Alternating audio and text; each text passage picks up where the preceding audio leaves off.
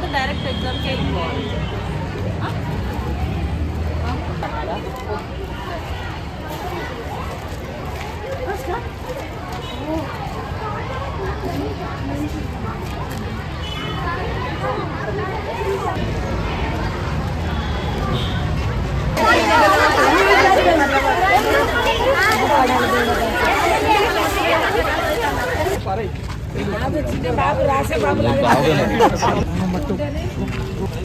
సంఘటనలు కొట్లాడుకోకుండా మా సార్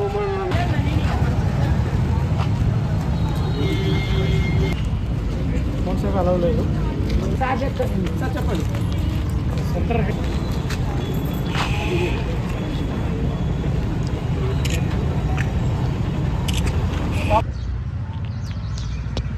అయిపోతాయా లేదు కాదు.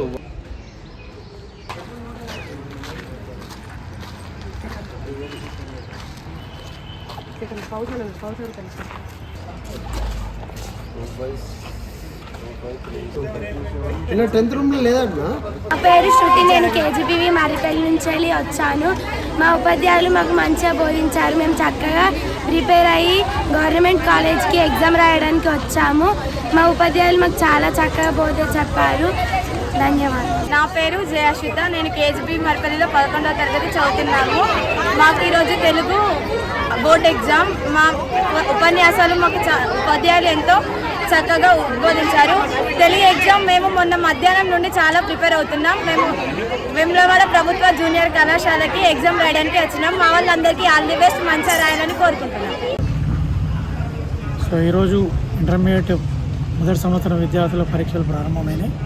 అన్ని రకాల అరేంజ్మెంట్స్ చేసాము. ఏ రకమైన ఇబ్బంది లేకుండా పిల్లలకు కూడా ప్రశాంతంగా పరీక్షలు రాయాలని కోరుతున్నాము.